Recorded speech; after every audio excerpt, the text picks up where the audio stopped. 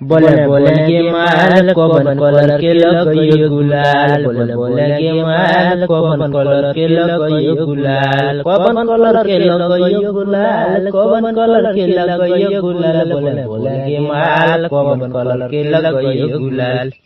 कौन कलर हो तुहर फेवरेट गे छौड़ी, जवन कभी वो डालबो भर पेट गे छौड़ी।